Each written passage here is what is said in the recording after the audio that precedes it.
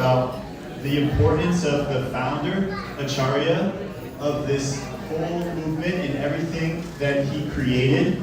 And the founder is Srila Prabhupada, A.C. Bhaktivedanta Swami Prabhupada Ki Jai. So Srila Prabhupada was a topmost spiritually advanced person, devotee of Lord Krishna, who came. Here we go here. Thank you very much. There we go. Great.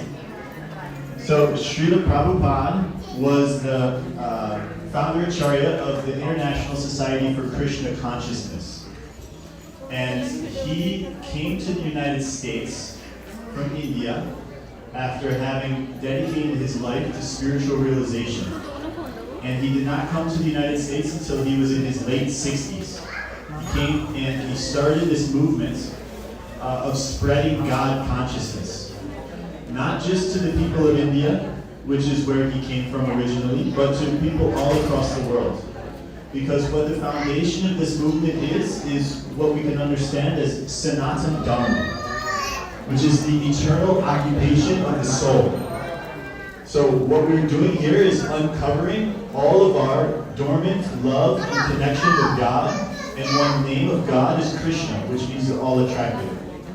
So Srila Prabhupada came to the United States because what he said was that if he brings the message of Krishna out of India on the order of his guru to the United States, that he would be able to change the tide of the materialistic, modern, misdirected, godless civilization. And Srila Prabhupada's main method for doing this was through his books. Srila Prabhupada translated and wrote over 80 books in the last 10 years of his life. And most of those books were from the Sanskrit Vedic scriptures. And what we have now is a legacy from Srila Prabhupada that are written and translated in so many different languages for people all over the world to be able to make a connection with Krishna or God and their own internal love for God through understanding the philosophy of Krishna consciousness through his books.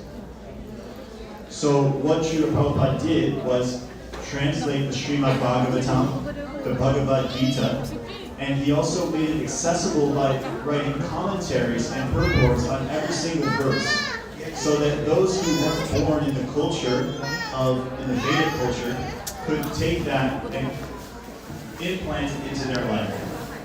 So there's a verse here that comes directly from the Srimad Bhagavatam. How many of you have heard of the Srimad Bhagavatam? Okay, most of us. Where I grew up, no one ever heard of the Srimad Bhagavatam. I grew up in a small town in upstate New York called Baldwinsville, New York. We had never heard of, there was nothing about Krishna or anything. And the only way that I had any access to understanding myself or understanding who God was from Srila Prabhupada's books.